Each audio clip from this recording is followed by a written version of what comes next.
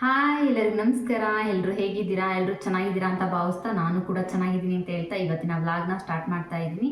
ಇದು daily vlog ಚಾಲೆಂಜಿನ 6ನೇ ದಿನ. ನನಗೆ ಬೆಳಗ್ಗೆಯಿಂದ ಸ್ವಲ್ಪ ವಿಡಿಯೋ ಮಾಡ್ಕೊಳಕ್ಕಾಗಲಿಲ್ಲ, ನನಗೆ ಸ್ವಲ್ಪ ಕೆಲಸ ಇತ್ತು, ಹಾಗಾಗಿ ಮಾಡ್ಕೊಳೋದಕ್ಕಾಗಲಿಲ್ಲ. ಅದಕ್ಕೆ ಈಗ ಚಾಲು ಮಾಡ್ತಾ ಇದ್ದೀನಿ ನೈಟ್ ಸಂಜೆ.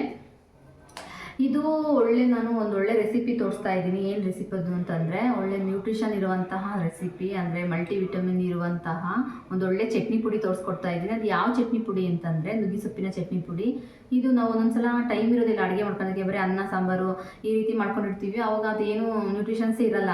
ಅವಾಗ ಈ ಥರ ಚಟ್ನಿ ಪುಡಿ ಮಾಡ್ಕೊಂಡು ಇಟ್ಕೊಂಡಿದ್ರೆ 1-2 ಸ್ಪೂನ್ ಅದಕ್ಕೆ ಹಾಕೊಂಡು ತಿಂದರೆ ಒಳ್ಳೊಂದೇನೋ ಅವತ್ತಿಗೆ ಬೇಕಾದಂಥದ್ದು ಒಂದೊಳ್ಳೆ ನ್ಯೂಟ್ರಿಷನ್ ಸಿಗುತ್ತೆ ಅನ್ನೋ ಒಂದೇ ಕಾರಣಕ್ಕೆ ನಾನು ಈ ರೀತಿ ಚಟ್ನಿ ಪುಡಿ ಮಾಡ್ಕೊಂಡು ಇಟ್ಕೊಂಡಿರ್ತೀನಿ. ಅವಾಗವಾಗ ಅದನ್ನು ನಿಮ್ಮ ಕೂಡ ಶೇರ್ ಮಾಡ್ಕೊಳ್ತಾ ಇದ್ದೀನಿ. ಬನ್ನಿ ಅದನ್ನ ಹೇಗೆ ಮಾಡ್ಕೊಳ್ಳೋದು ಅಂತ ಹೇಳಿ ನೋಡೋಣ. ಹಾಗೆ ನನ್ನ ಚಾನಲ್ ಇನ್ನು ಯಾರು ಸಬ್ಸ್ಕ್ರೈಬ್ ಮಾಡದೆ ನೋಡ್ತಾ ಇದ್ರು ಪ್ಲೀಸ್ ಸಬ್ಸ್ಕ್ರೈಬ್ ಮಾಡಿ, ಹಾಗೆ ಒಂದು ಲೈಕ್ ಮಾಡಿ ಅಂತ ಹೇಳ್ತಾ ಇವತ್ತಿನ ರೆಸಿಪಿನ ಸ್ಟಾರ್ಟ್ ಮಾಡೋಣ. ಬನ್ನಿ ಹೇಗಾಗುತ್ತೆ ಅಂತೇಳಿ ನೋಡೋಣ. ಮೊದಲಿಗೆ ಶೇಂಗಾ, ಒಣಮೆಣಸಿಕಾಯಿ, ಉಪ್ಪು, ಹಾಗೆ ಉದ್ದಿನಬೇಳೆ, ಕಡಲೆಬೇಳೆ, ನೀವು ಬೇಕಿದ್ರೆ ಬಿಳಿ ಎಳ್ಳು ಹಾಕೋಬೋದು. ನಾನು ಹಾಕಿಲ್ಲ, ಸ್ಕಿಪ್ ಮಾಡಿದ್ದೀನಿ. ನುಗ್ಗಿ ಸೊಪ್ಪನ್ನ ನಾನು ತೊಳೆದ್ಬಿಟ್ಟು ತಗೊಂಡಿದ್ದೀನಿ. ತೊಳೆದ್ಬಿಟ್ಟು ಸ್ವಲ್ಪ ಆರಿಸ್ಕೊಂಡು ತಗೋಬೋದು. ನಾನು ಹಾಗೆ ತೊಳೆದ್ಬಿಟ್ಟು ತಗೊಂಡಿದ್ದೀನಿ. ಈಗ ಸ್ವಲ್ಪ ಹುರ್ಕೊಳ್ತೀನಲ್ವ, ಆವಾಗ ಸರಿ ಹೋಗುತ್ತೆ. ಇಷ್ಟು ಸ್ವಲ್ಪ ಉಗುರು ಬೆಚ್ಚಿಗೆ ಹುರ್ಕೋಬೇಕು. ಒಂದೊಂದೇ ಚೆನ್ನಾಗಿ ಹುರ್ಕೋಬೇಕು. ಸ್ವಲ್ಪ ಉಗುರು ಬೆಚ್ಚಿಗಾಗಿ ಮಾಡ್ಕೋಬೇಕು ನಾವು. ತೀರಾ ಸೀದಿಸ್ಬಾರ್ದು, ಸ್ವಲ್ಪ ಫ್ರೈ ಆದರೆ ಸಾಕು.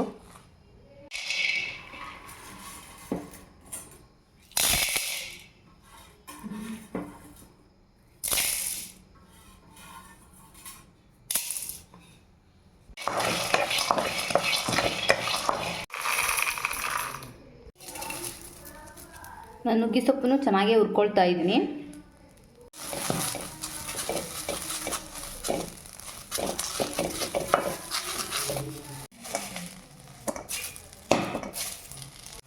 ಈ ರೀತಿ ಹುರ್ಕೊಳ್ತಾ ಇದ್ದರೆ ಡ್ರೈ ಆಗುತ್ತೆ. ಇದು ನೀರಿನಂಶ ಎಲ್ಲ ಹೋಗಿ ಚೆನ್ನಾಗಿ ಡ್ರೈ ಆಗುತ್ತೆ. ಅಲ್ಲಿ ತನಕ ಚೆನ್ನಾಗಿ ಹುರ್ಕೋಬೇಕು. ಉರಿ ಮಾತ್ರ ಸಿಮ್ಮಲ್ಲೇ ಇರಲಿ. ನೀವು ಬೇಕಿದ್ರೆ ಬಿಸಿಲಿಗೆ ಒಣಗಿಸಿ ಮಾಡ್ಕೋಬೋದು. ನಾನಿಲ್ಲಿ ಟೈಮ್ ಇರಲಿಲ್ಲ ಅಂತೇಳಿ ಹುರ್ಕೊಳ್ತಾ ಇದ್ದೀನಿ ಈ ರೀತಿ. ನೋಡಿ ಡ್ರೈ ಆಗಿದೆ. ಇದು ಇಷ್ಟಾದರೆ ಸಾಕು. ಇದನ್ನು ತಗೊಂಡು ಮಿಕ್ಸಿ ಮಾಡಿಕೊಂಡ್ರೆ ಒಳ್ಳೆ ಚಟ್ನಿ ಪುಡಿ ರೆಡಿ ಆಗುತ್ತೆ. ಉದ್ದಿನಬೇಳೆ, ಕಡಲೆಬೇಳೆ, ಶೇಂಗಾ ಎಲ್ಲ ನಾನು ಮಿಕ್ಸಿ ಮಾಡಿಕೊಂಡೆ ಸ್ವಲ್ಪ. ಅದಾದಮೇಲೆ ನುಗ್ಗಿ ಸೊಪ್ಪು ಹಾಕ್ಕೊಂಡು ಮಿಕ್ಸಿ ಮಾಡ್ಕೊಳ್ತಾ ಇದ್ದೀನಿ. ಡ್ರೈ ಆಗಿದೆ ನೋಡಿ, ಎಷ್ಟು ಚೆನ್ನಾಗಿ ಡ್ರೈ ಆಗಿದೆ ನುಗ್ಗಿ ಸೊಪ್ಪು. ಇದನ್ನ ಒಂದೆರಡು ಆಫ್ ಆನ್ ಮಾಡಿ ತೆಗಿಬೇಕು. ಪೂರ್ತಿ ಗ್ರೈಂಡ್ ಮಾಡಬಾರ್ದು. ಆಫ್ ಆನ್ ಈ ರೀತಿ ಮಿಕ್ಸಿ ಮಾಡಬೇಕು. ರೆಡಿಯಾಗಿದೆ. ಎಷ್ಟು ಚೆನ್ನಾಗಾಗಿದೆ ನೋಡಿ. ನುಗ್ಗಿ ಸೊಪ್ಪಿನ ಚಟ್ನಿ ಪುಡಿ ರೆಡಿ ಆಯಿತು. ಎಷ್ಟು ಚೆನ್ನಾಗಾಗಿ ಕಾಣ್ತಿದೆ ನೋಡಿ. ಇಷ್ಟಾದರೆ ಸಾಕು. ತರಿಯಾಗಿರಬೇಕು. ತೀರಾ ನೈಸಾಗಿ ರುಬ್ಕೊಳ್ಳೋಕೆ ಹೋಗಬೇಡಿ. ಈ ರೀತಿ ಆದರೆ ಸಾಕಾಗುತ್ತೆ. ಈ ರೀತಿ ಸ್ವಲ್ಪ ಆರಿಸ್ಕೋಬೇಕಾಗುತ್ತೆ ಚಟ್ನಿ ಪುಡಿ ಪೌಡ್ರನ್ನ. ನುಗ್ಗಿ ಸೊಪ್ಪಿನ ಚಟ್ನಿ ಪುಡಿನ ಈ ರೀತಿ ಸ್ವಲ್ಪ ಆರಿಸ್ಕೋಬೇಕಾಗುತ್ತೆ. ಸ್ವಲ್ಪ ಹಸಿ ಇರುತ್ತೆ. ಇದೊಂದು ಸ್ವಲ್ಪ ಆರಿದರೆ ಸಾಕು. ನಂತರ ನಾವು ಬಾಕ್ಸಿಗೆ ಹಾಕ್ಕೋಬೋದು.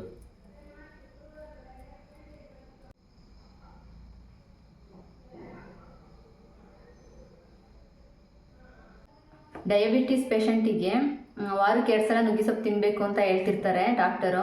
ಆದರೆ ಯಾವಾಗಲೂ ಸಿಗೋದಿಲ್ಲ. ಹಾಗಾಗಿ ಒಂದು ಸಲ ಈ ರೀತಿ ಮಾಡಿಕೊಂಡು ನಾವು ಸ್ಟೋರೇಜ್ ಮಾಡ್ಕೊಂಡ್ಬಿಟ್ರೆ ನಮ್ಗೆ ಯಾವಾಗ ಬೇಕೋ ಆವಾಗ ಹಾಕ್ಕೊಂಡು ತಿನ್ಬೋದು.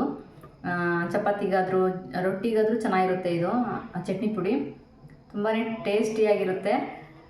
ಒಂದು ಸಲ ಟ್ರೈ ಮಾಡಿ ಹೇಗಾಗಿತ್ತು ಅಂತೇಳಿ ಕಮೆಂಟ್ ಮಾಡಿ ತಿಳಿಸಿ. ಹಾಗೆ ನನ್ನ ಚಾನಲ್ನ ಇನ್ನು ಯಾರು ಸಬ್ಸ್ಕ್ರೈಬ್ ಮಾಡದೆ ನೋಡ್ತಿದ್ರೆ ಪ್ಲೀಸ್ ಸಬ್ಸ್ಕ್ರೈಬ್ ಮಾಡಿ, ಹಾಗೆ ಒಂದು ಲೈಕ್ ಮಾಡಿ ಅಂತ ಹೇಳ್ತಾ ಇವತ್ತಿನ ವ್ಲಾಗ್ನ ಮುಗಿಸ್ತಾ ಇದ್ದೀನಿ. ಮತ್ತೆ ಮುಂದಿನ ವ್ಲಾಗಲ್ಲಿ ಸಿಗೋಣ. Take care, bye, thank you.